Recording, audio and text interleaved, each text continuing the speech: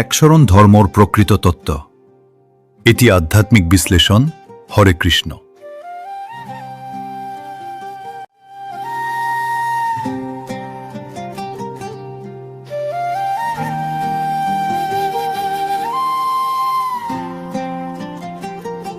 মহাপুরুষ শ্রীমন্ত শঙ্করদেব গুরুজনাই প্রবর্তন করা একশরণ নাম ধর্মর মূল ভেটি হল একনিষ্ঠ ভক্তি।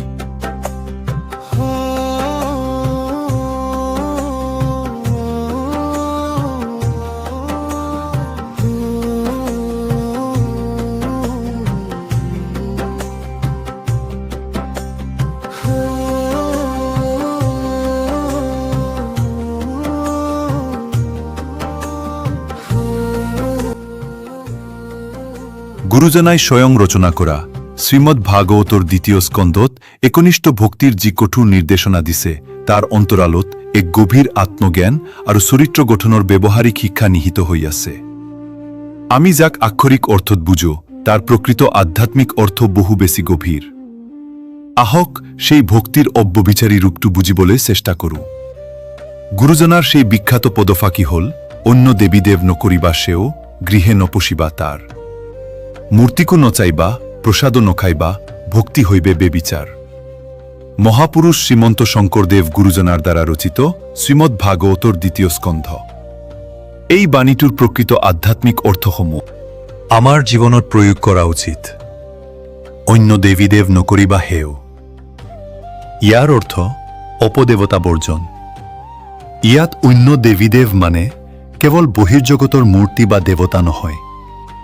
আমাৰ মনৰ ভিতৰত অহৰহ ক্ৰিয়া কৰি থকা কাম, ক্ৰোধ, লোভ, মোহ, মদ আৰু মাৰ্চৰ্য হৰৰিপু এইবোৰেই হ'ল আচল অপদেৱতা।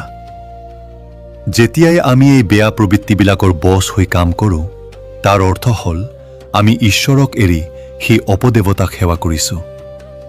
গুৰুজনাই আমাক এই অন্তৰৰ ৰিপুবোৰ দমন কৰি কেৱল কৃষ্ণপ্ৰেমত মন স্থিৰ কৰিবলৈ শিকাইছে।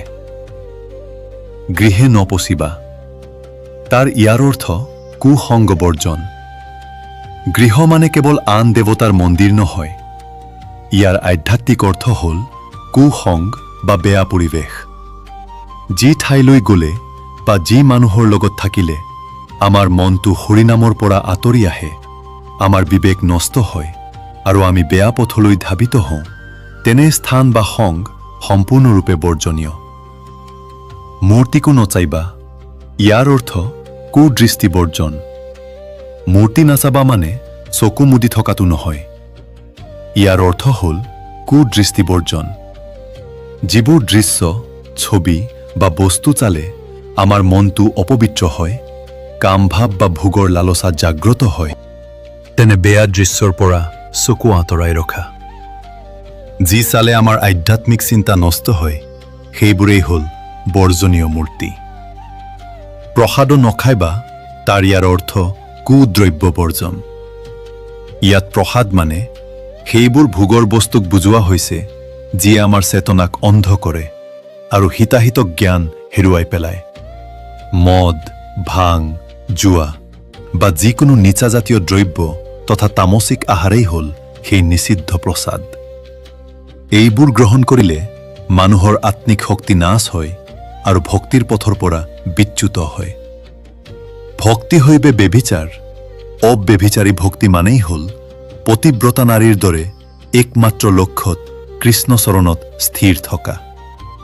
যেতিয়াই আমাৰ মনটো আধ্যাত্মিক লক্ষ্যৰ পৰা আঁতৰি এই চৰৰিপু, কুসংগ, কুদৃষ্টি বা নিচাৰ প্ৰতি আসক্ত হয়, তেতিয়াই ভক্তি ধৰ্মত বেভিচাৰ, দোষ বা বিচ্যুতি ঘটে।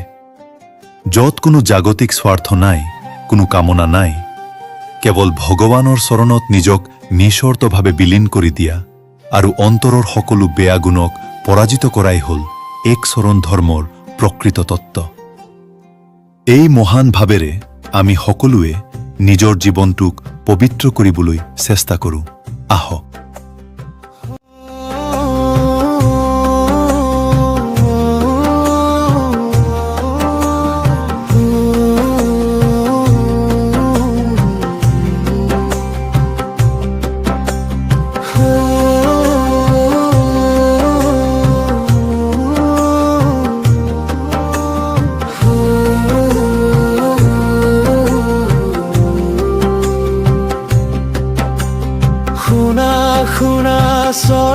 ভজন এক শৰণ তত্ত্ব শংকৰ গুৰুৱে দিয়া এয়া মহৎ সত্য ভাগৱতৰ বাণীয়ে আত্মজ্ঞানৰ চাকি মনৰ আন্ধাৰ নাশিবলৈ আন একো নাইবা